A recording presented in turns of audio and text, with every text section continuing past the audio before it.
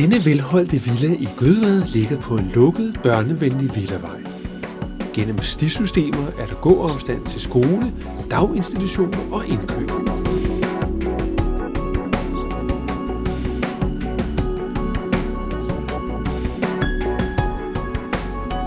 Villaens store stue og køkkenalrum inviterer til familiesamvær.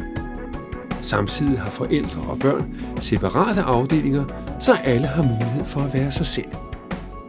Køkkenalrummet har en hyggelig spiseafdeling, hvor familien kan spise sammen. I stuen kan I gennem de store vinduespartier nyde haven, og der er direkte udgang til den overdækkede terrasse, hvor I kan sidde uforstyrret.